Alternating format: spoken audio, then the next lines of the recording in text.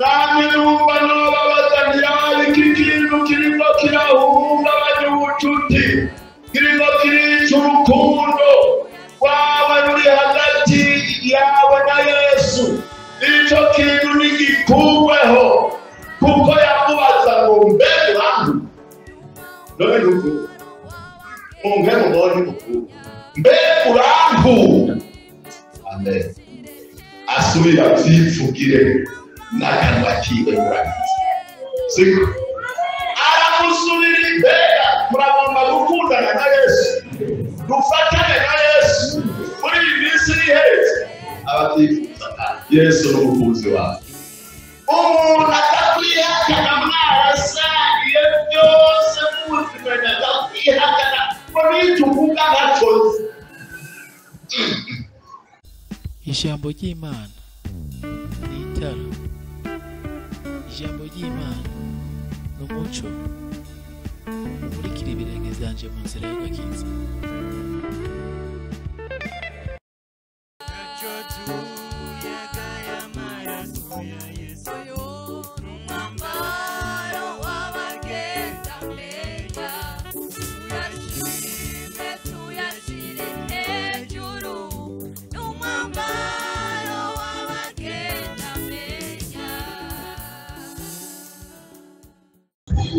Nuko murakoze cyane, reka rero dushishikare. Turamaze gukora ibitari bikeya, turamaze kuronka n'ijambo ry'Imana yaturongoye mu gusenga ko dukwiye kuzigama amavuta, kuko ngo tugeze mu gihe cyane umugoroba cyangwa kikirenga izuba.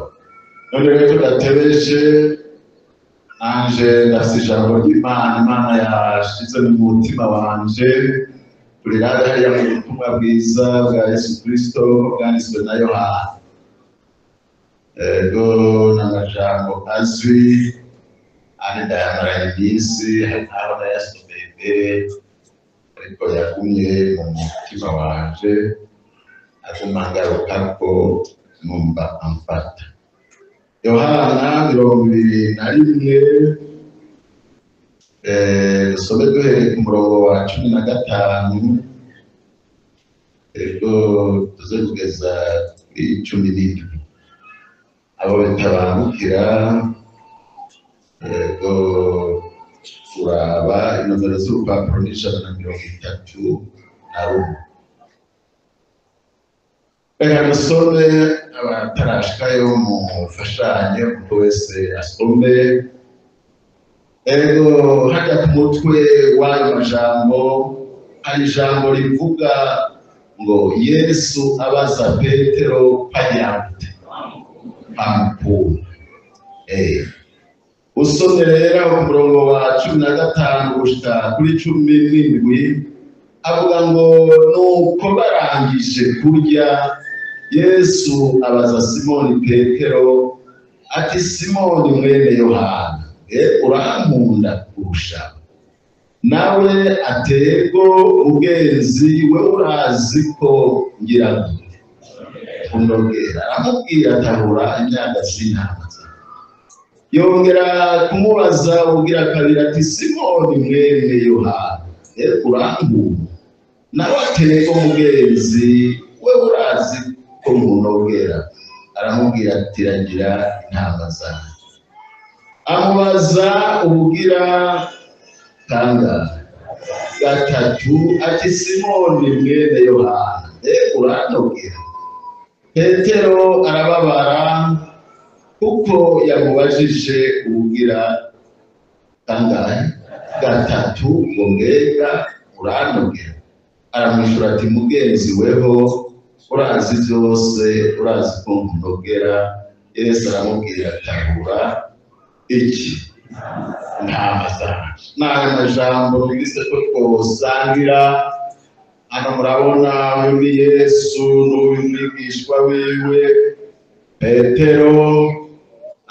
Yesu yaramaze kuzuka mu bapfuye, mugabo acakora igikorwa cyo gusubira kandi kurondera abigishwa biwe, basubire kandi kubataruza, asubire kandi kubegeranya.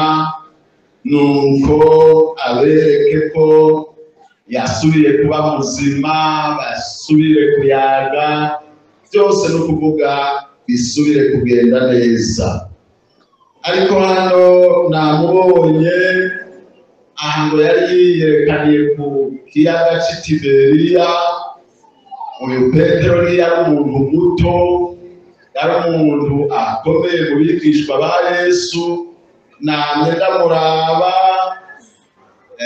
mw'isi niko bimeze, abantu barahindagurika, ikidahinduka n'iki? Mana yonyine, nayo abantu barahindagurika. Hanyuma abwira abandi bantu bari kumwe, namwe ndabaraba barumwe w'abantu nawe arimo bashika nk'indwi, kandi bose barabigishwa ba Yesu. Atangura kubabwira ngo bidajerewe ngo ndasubiye kuroba.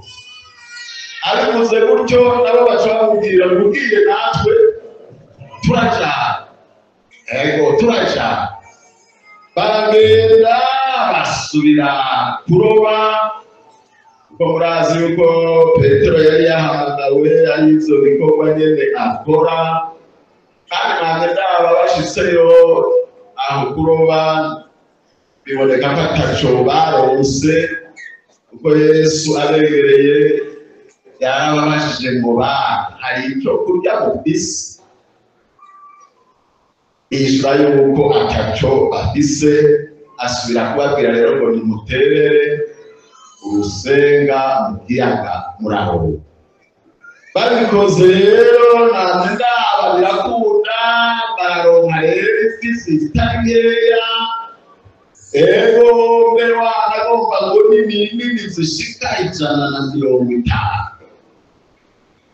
Yesu yabasanze rero bari mu kiyaga.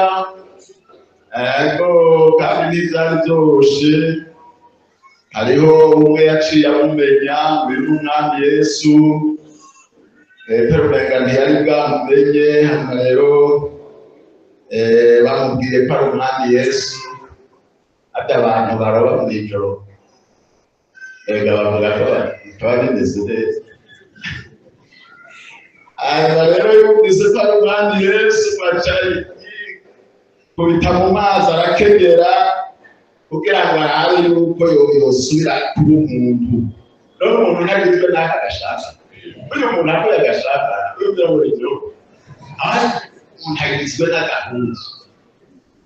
Hanyuma rero ngo baranze imbere gatoya, baca babona umuriro, nuko bashira kw'ifi barotsa. Yesu arabagaburira, barasangira.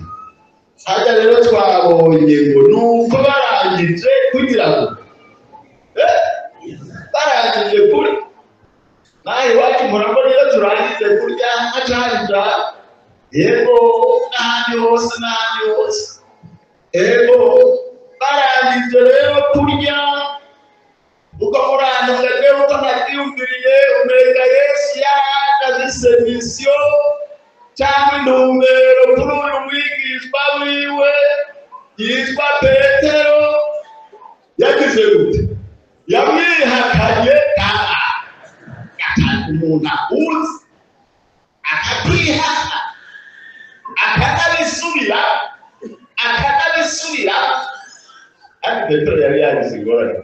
Ari inshoreke yari yamukombereye. Namwe ndamuraba niwe yamutegereye ngo kandi wewe muri kumwe n'umugabo. Arakurahira ngo nicuguze ntabwo. Agize imbere muri inshoreke yaciye imukurikira ngo nurinyene ngo bari kumwe ngo nurya Munyanazareti. Arasira kandi arahira arisiba. Hari mu mbero rero abantu bariko barota umugwi munini ngo wewe ngo uruwo muri bo ngo n'imvugo yawe birakuraba. Nawe umutima arasira kandi arasera ati nibyo mugasida ujya muntu sinzi n'uwari. Ujya ya nkoko ikigirago ikirabika. Ego Yesu nawe naho yari mu bibazo acahindukira ngo barakebukana na Petero. Ati sinari nakubari ingo gitarabika kuza kuba kumaze kugira kanagata mugabo muzima yari yatsebye ati nimba abandi baza gukora ibyo nayo jewe tura ngo niyo kuba gucana nawe niteguye kugira ngo upana ibintu bitaragushikira wamugira ngo ni bisanzwe yagira ngo ni bisanzwe. Yesu rero namwe ndabigeme yasubiriye rero kuza kumurondera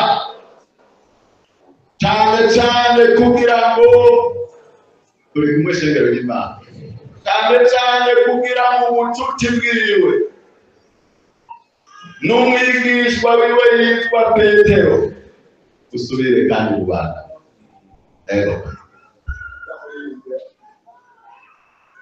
ngo nkunda ubucuti buvahe nkunda ubucuti buvahe asubira kandi kuza kumurondera abantu mbega n'ibisanga nacyo yiriwe arababungako aza kumurondera asubira kandi kumubaza yuko agira gute amukunda ati turacyakunda iracyameze neza kuko urukundo rwabo hagati yabo ndabivuge rwari rwahungabana none n'ubu Pasiteri Ferdinand ndamusanze ntahigozi ndagira ikibazo agacavuga ngo ntazi burya twozosubira gupfa guhumirayo bicaye bora umuntu atakwihakana mwarasangiye byose n'ubuzima atakwihakana ngo nituvuga ntacozi aha Yesu nane numva Yesu n'umukunzi wacu Yesu aradukunda ati sindamuheba simfa kumuheba ndamukurikirana ndamukurikirana gushika ndamusubiza mu mwanya byaramugoye ntiyaranzi ibintu bigora ndamukurikirana yari yamwihakanye gatatu n'abamusubirishamo kangahe igerugemo nawe ntibizongereke imbere ngo bakubyigishe gatatu kose kugira ngo mwumvishe ati wari mwihakanye ubwa mbere urasubirana ubwa kabiri n'ubwa gatatu kandi Petero bamubajije ubwa gatatu ngo yaciye agira ngo yaciye ababanje ntayima ni ukuvuga ko ntabyumvise rero shaka ubabare cyangwa nimere gute Yesu aratugomba Yesu arakurondera hagati yiwe natwe hari ubucuti bukomeye naho isi turwaye naho bikomeye wanagomba n'abantu Kristo ariko arahaguruka urabitanira ubucuti urabitanira ubucuti n'ijuru nanjye n'umugeni Yesu yabarondeye abigishwa biwe abasanga mu bibanza bitandukanye ngo nkurikira bagaca basiga byose bakamukurikira reka twarasize byose ego pe ibitari turabitaniye ubucuti n'ijuru naho wamurwanditse ariko arasura umuntu naho ariko araturwaye amen urafise urukundo adukunda adijanye n'icyaha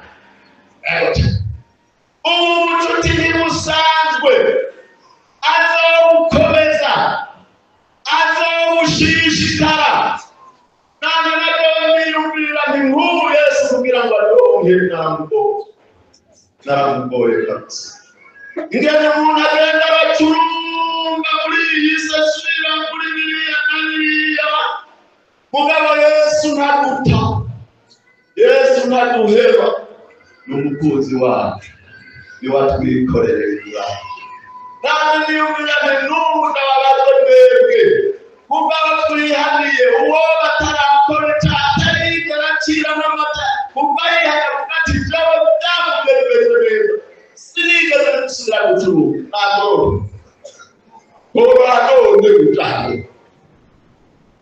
mbona bose ko batabazi mugana naho biruko n'umucuti ati Petero sinamuheba namwe nsubiramo n'aba Petero kweli yarakunda Yesu ega no kwigoye baramukunda none ngo barenga n'abagira ndabo baza kumukoza ndayengereza kukere n'abakamagira ngo ibisana na Yesu hata kandi nawe nyine Petero arabona ko yari kubwiye ngo nawe urabizi kongera uretse kajya akantu kanciriye nawe urabizi Yesu agatavuga ati mukuri ndabizi mbonye iki ibyari ibintu byose Petero ntiyarumwigishwa asanzwe namwe ndamuraba Yesu ariko arababaza abigishwa biwe bose ngo mwumva abantu bavuga ngo ndi mbega ikibazo cyatewe nawe Petero akavuga ngo none muhumukira ati twebwe turakuzi twabonye uri Kristo umwana w'Imana nzima amen atamubwira ngo Petero ivyo bivyo so wijyaba n'amaraso ari kwishuriye ni data wawe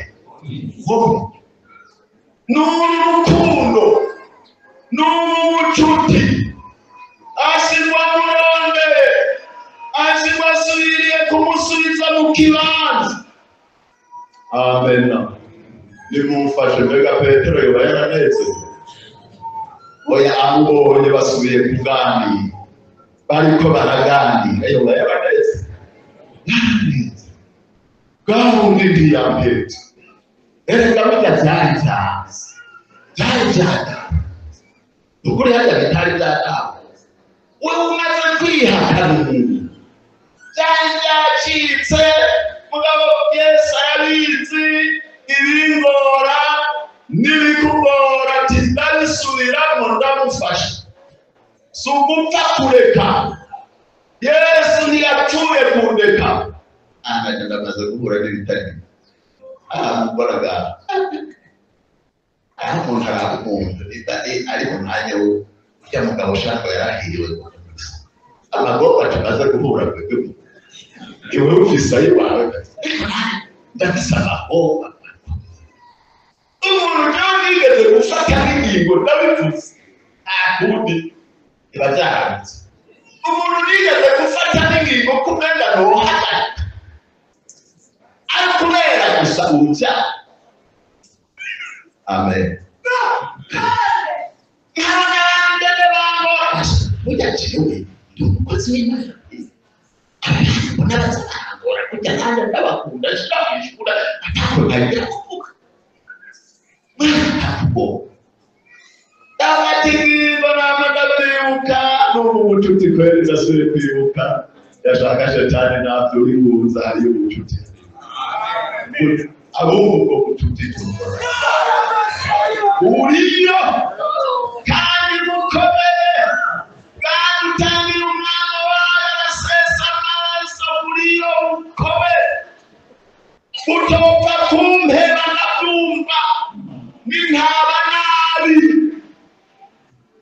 ibyo utopfa kumpera ndahanuka rwese ugenda afata ingingo ntoya none raba ndacadundeka Yesu nashimwe n'umukunzi wacu abemera ko Yesu abafite twese aradukunda mugenzi tukamba n'amagaragaza Yesu aradukunda icyo gihe naza gufata iyo ngingo nabonye umuntu atarikinga ansanga muhira ngo baragutumye ko pastor aragutumye reka naje nari pastor aragerageza oya aragerageza binacika arazarantora nanjye gupandara birangora kubihisha byagiye biranga kwerekana zaturanye nanjye ndandara kwita kuri iryo kinga ryiwe no kuri uwo muntu amuntumyika ndamuramutse ntari narahitse hanyuma rero ndamuramutsa ambwira ko ivyo ariko ndakumva ko ibiki kandi hagiye umuntu yagowe asanze n'abantu barakaguza ujya acagira ngo niwe bariko baravuga abona kandi kamatinde ivyo bariko baravuga nipa muhira ukamenya nakundi murabonanga simbenye ko Yesu ankunda azompa guheza neza ndabivuze. Amen. Uwo muntu arambasha bukebuke rero ndamuharura nk'umumarayika Imana yari intumyeko ngo humura mw'isi niko bimeze mbega Yesu sintayizi arayizi niko bimeze humura mbese arabemesha no mu rusengero turiga ijambo ry'Imana naruka rero uwo munsi ndataha ane nataje disinkomezi kabisa ko ngisa ariko bigira igana mbega ni wewe mw'isi niko biba uga bitange beresheje niriga n'ubucuti utazopfa ataco tubwizigire kabisa cyane murondera Petero biravuga ko yahawe guheza gute neza neza gushigira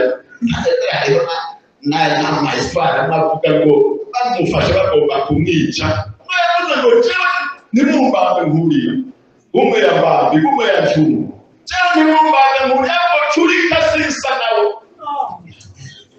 kuko Yesu yaradusengeye nabonye ibigambo yari yamubwiye ngo humura wowe nagusengeye mu kwizera kwawe ntimuhe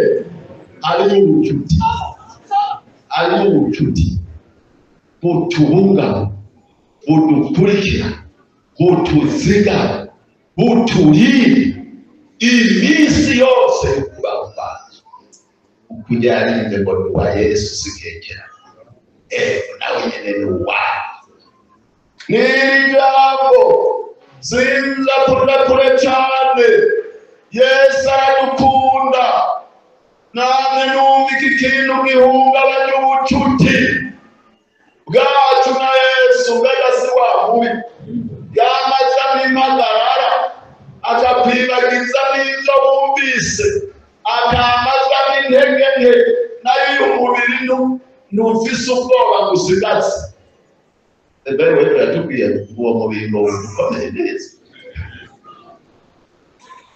uwo mubiri ukomeye neza hewe naho yuko rero hari ubucuti budukurikirana Imana ziradufasha kabisa raba iki kintu kiriko kirakononera bene ikindi gihe cihereza kandi Kristo yasuye murakurikirana barimo nuko ubu bucuti butaba buriko buragwira ngugereze kuturisuma ubu bucuti wegera aho Yesu ari twatumvise ntibyadutanguriye ngo ni mu gihe cyo kumugoroba ni ku kirengazuba ananye nisunga ubu bucuti nisunga Yesu uko bukeye ko bwije icyaha kije ndakihane siko ingorane zije nibuke ko mbise ubucuti butanyiga shetani arahumba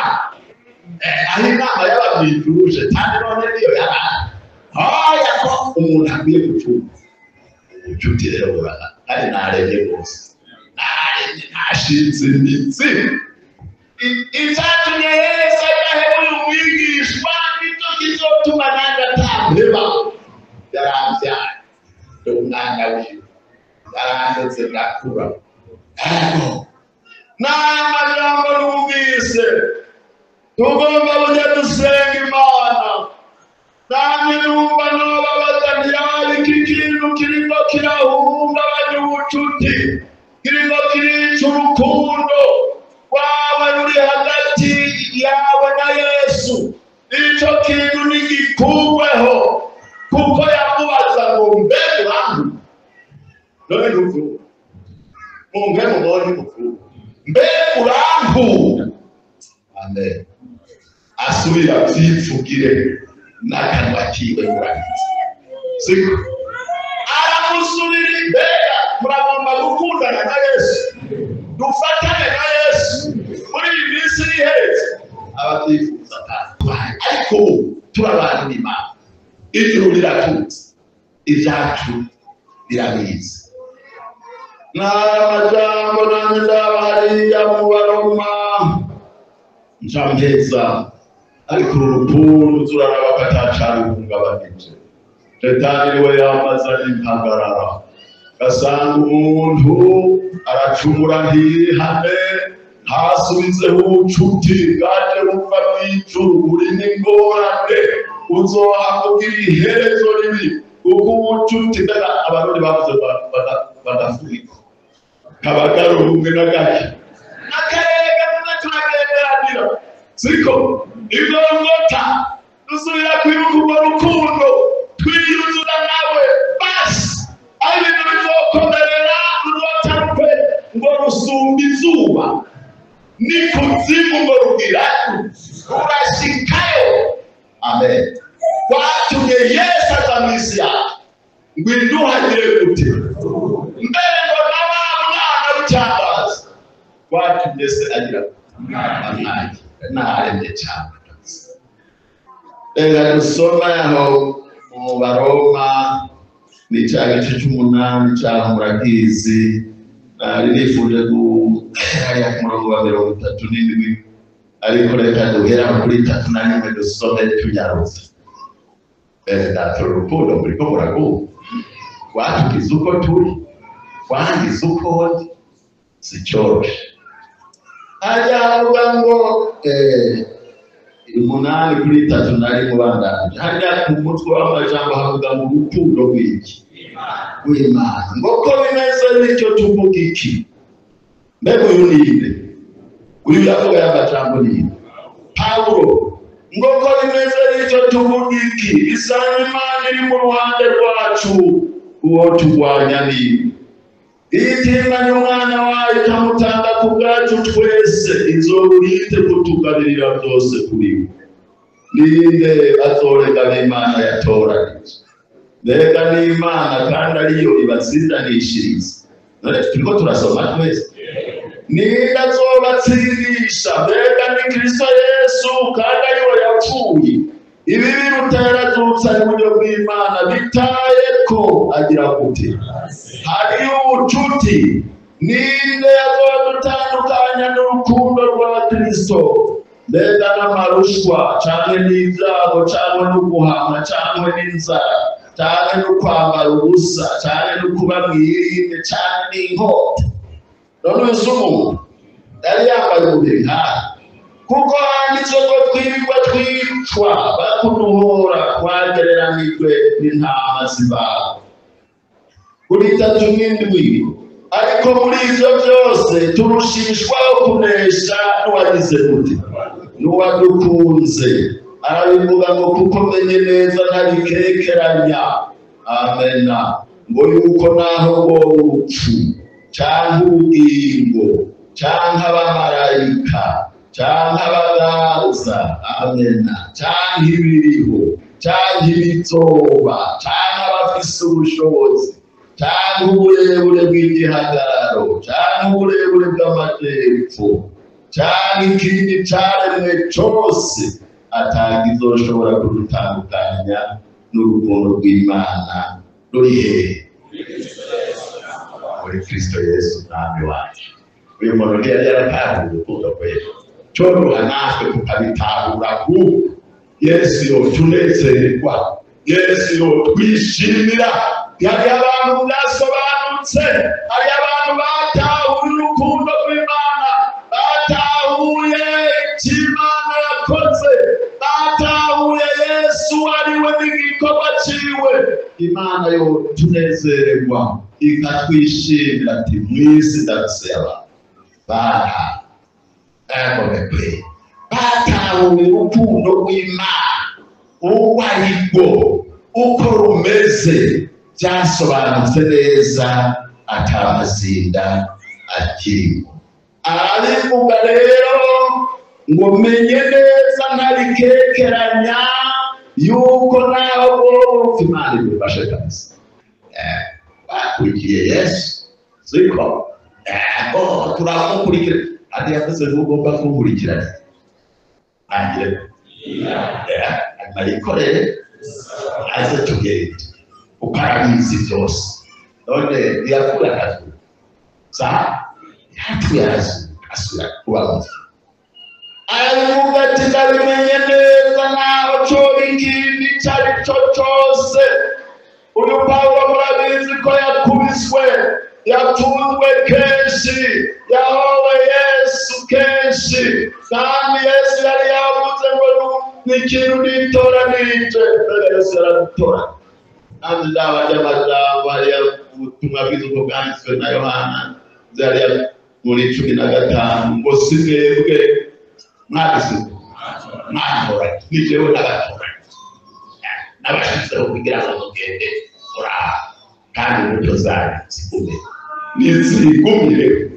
Shetani apfunguye Yesu aribona ahazozira nawe zose zizoceceka. Adizoceceka kabisa ndamwumva kuko ni muzima. Nihagira ikintu kigutandukanya n'urukundo rwakugize uko, nihagira ikintu kigutandukanya n'urukundo ruri muri Kristo Yesu, ko wagira ubuntu nawe rukagufata, ibisigaye byose bizoshira. Ruriko ruregereza biriko biraza birahinda murango ariko ngeye mwumva ariko ararinda biriko biraza bawugisa amatwi yumva iwumve urugisa amaso araba neza bekirakuze kabisa urabyitiranya amena agomba asubire gukomeza ubucuti bwanje na Yesu byo kujana cyane bihame. Amen. Wabaye inkomezi tujya mu bushobozi mukora twitanga imbere bose bari bameze natwe tumenhaho yamwirinde mu mande bamera nk'uko bamera mu isi mbonane shiki wawe birekuke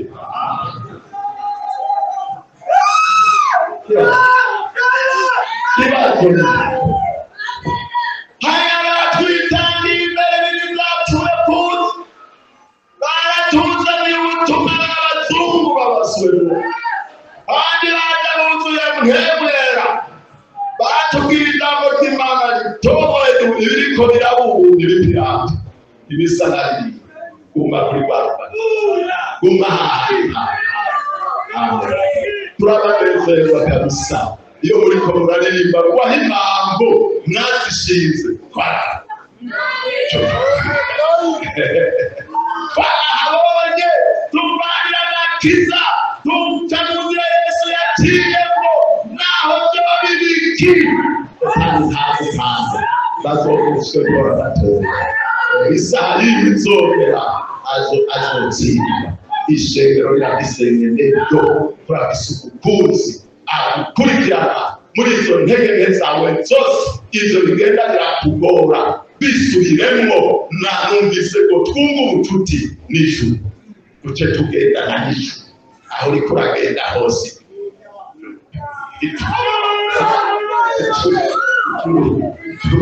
Abo twari muri ya modoka, abo twari kumwe twese yari Yesu kuko uriyo uca munyaruka gutabara Yesu imodoka itangira na shoferi yatubwiye ngo nanjye kwita mwabibona ngo nanjye niko nabibona. Nubwo ubucuti nasubiye kumva toya namwebwe rabaho bwapfi kwesubira kumbi etangwa muri yari nyoma warinde ngo yaraciye urubanza agomba bagira gute aba yisasira nta kindi kirimo hajya agomba aba yisasira